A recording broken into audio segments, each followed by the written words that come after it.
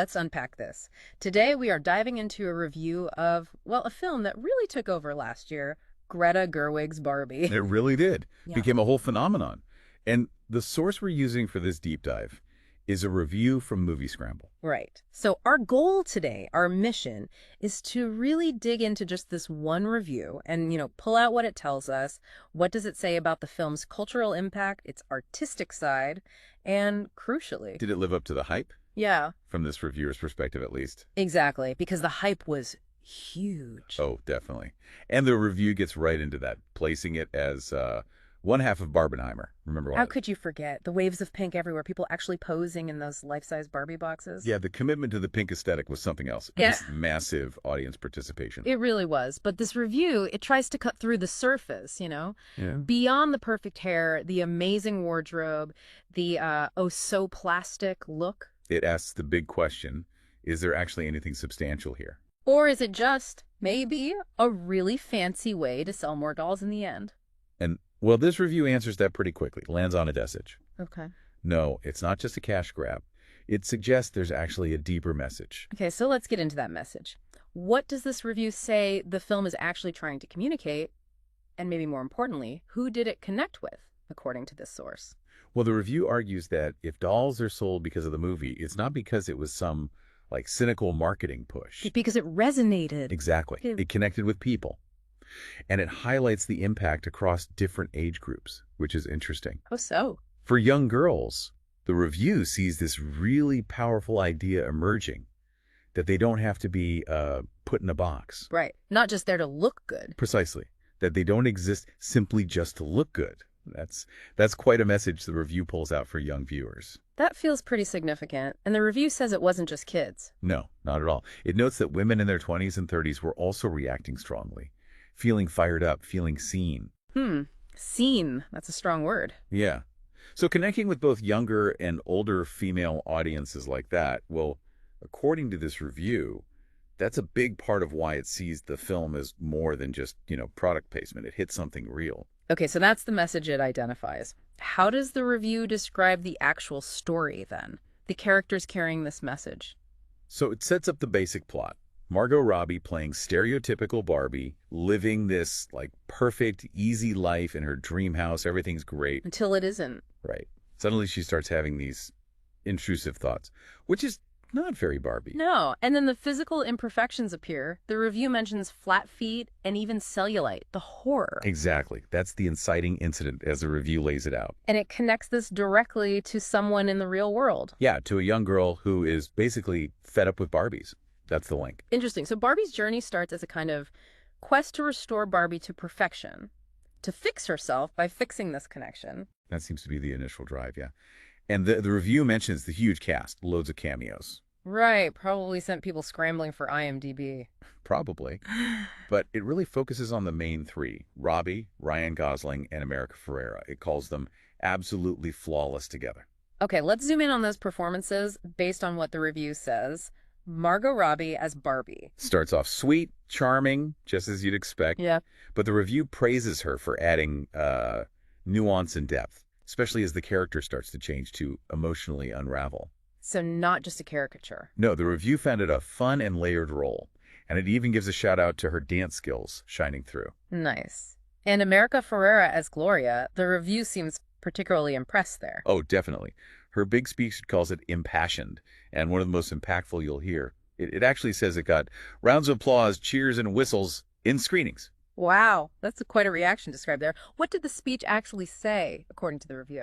Well, it praises Gerwig's writing as on point. It says the speech underlines how difficult it is, just to navigate the world as a woman. A rallying cry. Does it include any specific lines? It does. It quotes, "It is literally impossible to be a woman. I'm just so tired of watching myself and every single other woman tie herself into knots so that people will like us." Oof.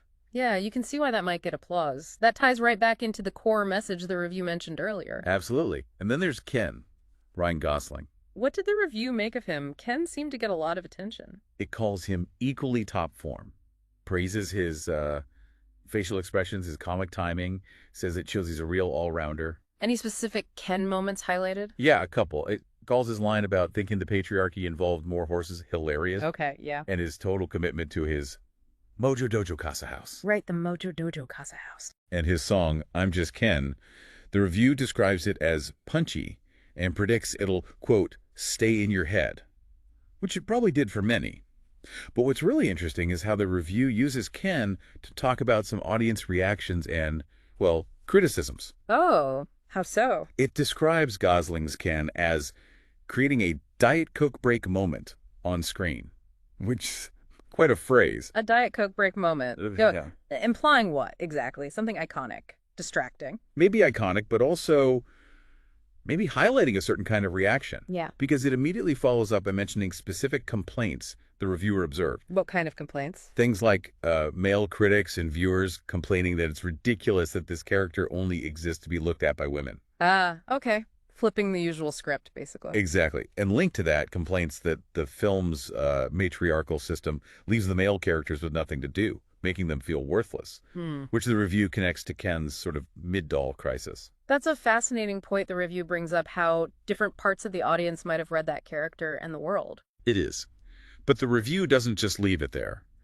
It offers its own take. Which is? That while Gerwig seems to have all of the awareness of what she's doing with Ken and these themes... She's doing it deliberately. Right. The review believes that some viewers are clearly missing the point being made. So the review is suggesting the portrayal was intentional commentary, but maybe it flew over some heads. Or was misinterpreted. That seems to be the review's interpretation of that dynamic, yeah. A really key insight from this source about how the film was received and debated. Okay, moving on from the characters and themes, does the review touch on the technical side, the look and feel? It does, yeah. Yeah. It highlights several elements it found really impressive. Like the costumes. I remember those being talked about a lot. Oh, definitely. Yeah. Jacqueline Duran's costume design is called flawless throughout. And the review notes it gave a hit of nostalgia for viewers of a certain age. Bringing back memories. What about the sets? The dream house. Sarah Greenwood's set design gets called incredible. The review loved how it brought the dream house to life, like straight out of the Argos catalog, as it puts it. The Argos catalog, very specific. Yeah, and it mentions little details like the toaster waffles and shower noises, things that made it feel real in a plastic way. Nice touch. Anything else? Makeup? Music? Yep. Ivana Primarac's makeup gets praise for making the dolls look perfectly plastic fantastic. Mentions dreamy sparkles and pearly pink pouts. Capturing that specific look. And Mark Ronson gets a nod for assembling the soundtrack, which the review says is full of fluffy disco bops, keeping things light and fun.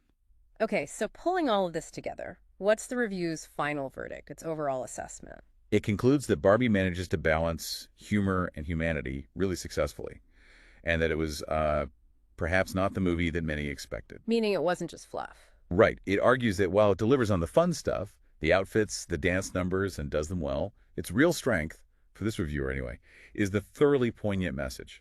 And let's just restate that message one more time as this review frames it. It boils down to, you don't have to conform to certain expectations. You don't have to fit in a box. Right. You can be yourself with all the chaos and contradictions that might bring and still be a good person. That's a pretty powerful takeaway message. And the review ends by saying that reminder, just that message on its own, is ultimately worth the ticket price. So this deep dive into the Moviescramble review, it really has pulled out this core theme of self-acceptance, of not needing to fit neatly into a box. And we also saw how the review looked at the audience reaction, especially around Ken, suggesting maybe the film's point wasn't always grasped as intended, at least according to the specific source. Thinking about everything this review highlights, what stands out to you, our listener, about how this film, as described here, seems to challenge expectations or explore what identity means?